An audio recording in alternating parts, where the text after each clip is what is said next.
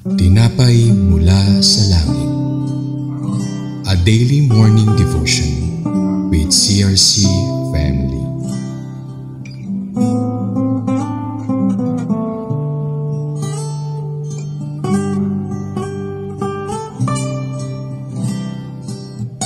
Isang mapagpalang umaga po sa ating lahat, sa lahat ng nakatune in sa ating programang Tinapay Mula sa Langit. Let us pray. Ama naming mapagpala sa langit, salamat po na sa umaga pa lang ay ikaw na po ang aming kinakatagpo. At salamat po sa hininga na muli natanggap ngayong umaga. Pangunahan mo po ang iyong lingkod sa pagdinilay ng salita at salamat po sa mensaheng ipapahayag mo ngayong umaga. Naway patuloy itong magbigay paalala sa lahat ng makikinig.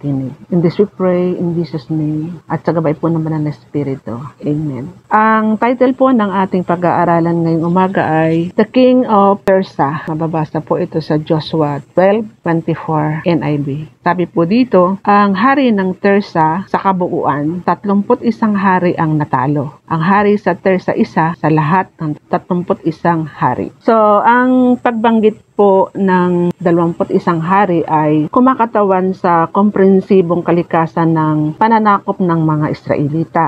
Ang bilang po na 31 ay nagpapahiwatig ng pagkumpleto ng kanilang tagumpay laban sa mga hari ng Kanaan. Pinapakita nito na ang mga Israelita ay masinsinan sa kanilang kampanya at walang kaharian na hindi nasakop. Ang talatang ito ay nagsisilbing patotoo sa katapatan at kapangyarihan ng Diyos sa pagtupad ng kanyang mga pangako na ibibigay ang lupain ng Kanaan sa mga inapo ni Abraham. So may 4 po tayo ditong matututunan sa talatang ito at sa atin sa ngayon. Una, katapatan ng Diyos sa pagtupad ng pangako. Ang pagkatalo ng 31 hari ay pagpapakita ng katapatan ng Diyos sa pagtupad ng kanyang mga pangako sa Israel. So, gayon din naman sa atin sa ngayon, makakaasa ang mga mananampalataya na tutuparin din ng Diyos ang kanyang mga pangako sa kanilang buhay. Pangalawa po, ang kahalagahan ng pagsunod.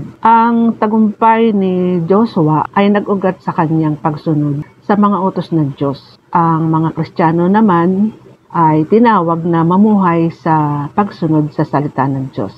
Magtitiwala na ang kanyang mga daan ay humahantong sa tagumpay. Pangatlo, spiritual na digmaan at tagumpay. Kung paano ang Israel ay humarap sa pisikal na mga labanan, ang mga Kristiyano ay haharap din sa spiritual na mga labanan. Ang Episo 6:12 po ay nagpapaalala sa atin na ang ating pakikibaka ay hindi laban sa laman at dugo at dapat tayong umasa sa lakas ng Diyos para sa tagumpay. Panghuli po ay ang soberanya ng Diyos sa mga bansa. Ang pananakop sa Kanaan ay naglalarawan ng soberanya ng Diyos sa mga bansa at kasaysayan. So, ang mga mananampalataya ay makakasumpong ng kaaliwan sa pagkaalam na ang Diyos ang may kontrol sa mga pangyayari sa daigdig. So, sa ating pong conclusion, ang temang ating pinag-aralan ngayon ay nagsisilbing paalala sa mga believers na hindi natitinag na katapatan ng Diyos at ang kanyang kakayahang tuparin ang kanyang mga pangako sa ating buhay. So, mahalaga po ang pagsunod sa mga utos ng Diyos. Ang tagumpay ng mga Israelita laban sa mga haring Canaanite ay resulta ng kanilang pagsunod sa mga tagubilin. Nagawa nilang masakop ang lupain dahil nagtiwala sila sa Diyos at sumunod sa kanyang patnubay. Ito ay nagsisilbing paalala sa ating mga mananampalataya.